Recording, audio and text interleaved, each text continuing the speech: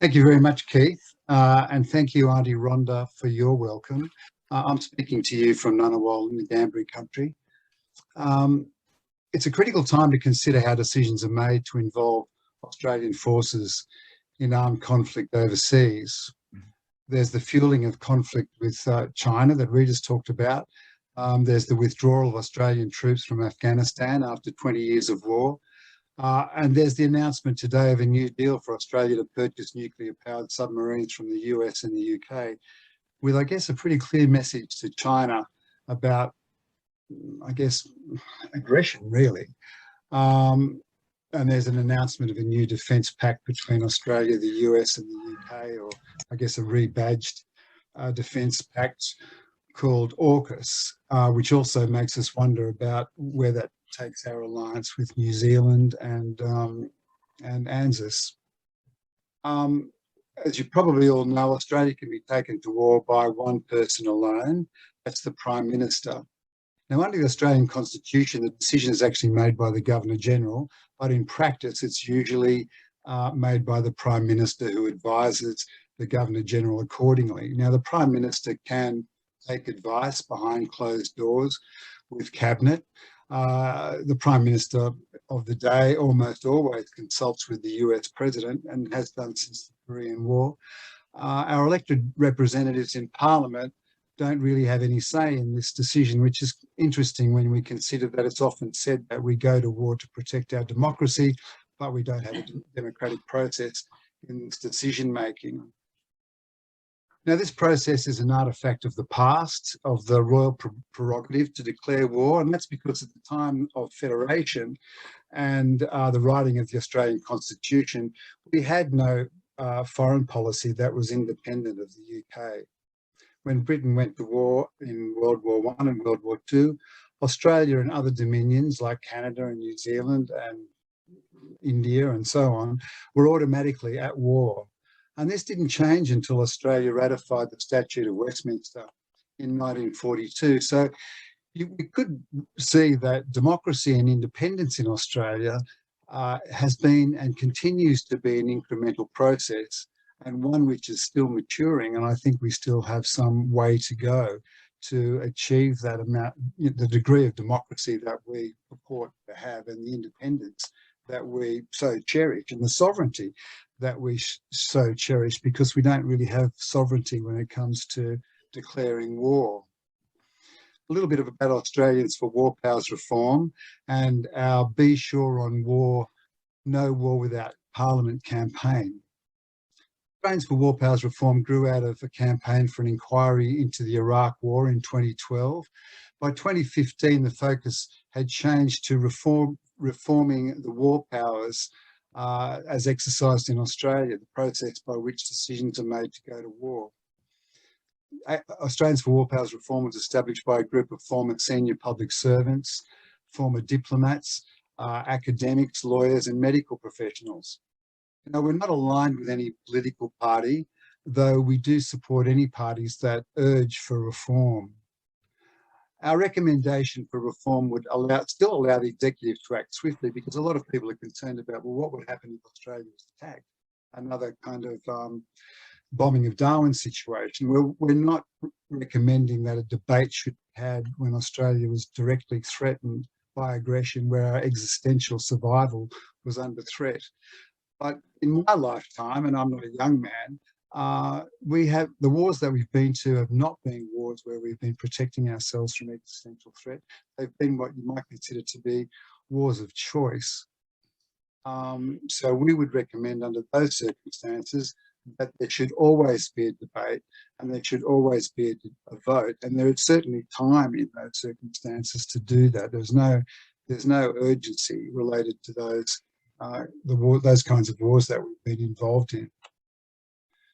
There have been several attempts made to reform war powers in Australia since 1985. The first were by the Australian Democrats, and later the Greens have made a number of attempts to reform war powers. And currently, as you know, Senator Jordan Steele-John has a bill before Parliament to amend the Defence Act. The ALP has passed a resolution at their national conference that there should be an inquiry into the process by which decisions are made to join conflict. The polls that have been conducted in Australia have indicated that the Australian public is behind reform. A Roy Morgan poll that Australians for War Powers Reform conducted in 2020 indicated that 83% of Australians think that decisions to involve Australian forces in armed conflict should be subject to parliamentary approval always, or unless there is immediate danger to Australia. This year, in 2021, a poll by Digital Edge Survey, which was commissioned by Mike Smith, recently found that this number had risen to 87% of Australians who feel that reform should happen. I don't know, many of you might have been following Michael West media. Michael West journalists have been conducting a poll amongst parliamentarians about their views about war powers reform. One by one, they've been soliciting responses from members of parliament and senators about their thoughts about the decision-making progress with regard to our participation in armed conflict and whether the status quo is satisfactory or not. Now, while it's encouraging to see that many support an inquiry and a few support a debate before a decision to go to war is made by Parliament, it's clear that our parliamentaries are largely out of step with the public expectations that have been indicated by these polls. Now, it's interesting that some of the parliamentarians who are, I guess, wary about reform mention the possibility of unintended consequences if we change the way that we make decisions to go to war. And I might say that we would be changing the way that we make decisions to go to war in line with a more democratic process that exists in the United States, in the United Kingdom, and a number of other democracies around the world and several European countries that are similar to our own in values and the way that we kind of conduct our democracy generally. So we wouldn't be outliers in this regard. In fact, in many ways, we're outliers now. So when we look at the possible unintended consequences of changing our legislation with regard to war powers, you're really led to think about the unintended consequences that we've experienced and that the world's experienced. Over the last 20 years of conflict, there were no weapons of mass destruction found in Iraq. That was an unintended consequences. A bit of a whoops moment, really, but none of the leaders who led us to those wars have expressed any regret for doing so. There's been hundreds of thousands of deaths. There's been millions of people displaced. The Middle East has sunk into instability. A number of failed states. There's been a destruction of infrastructure and the environment. There's been an estimated threefold growth in the number of fundamentalist Islamic fighters of various stripes, whether they be Taliban, Al-Qaeda, ISIS, or ISK. And that's not to mention the deaths of our own servicemen and women, the PTSD that's been experienced by many of them, and the contribution that these wars have made to veteran suicides.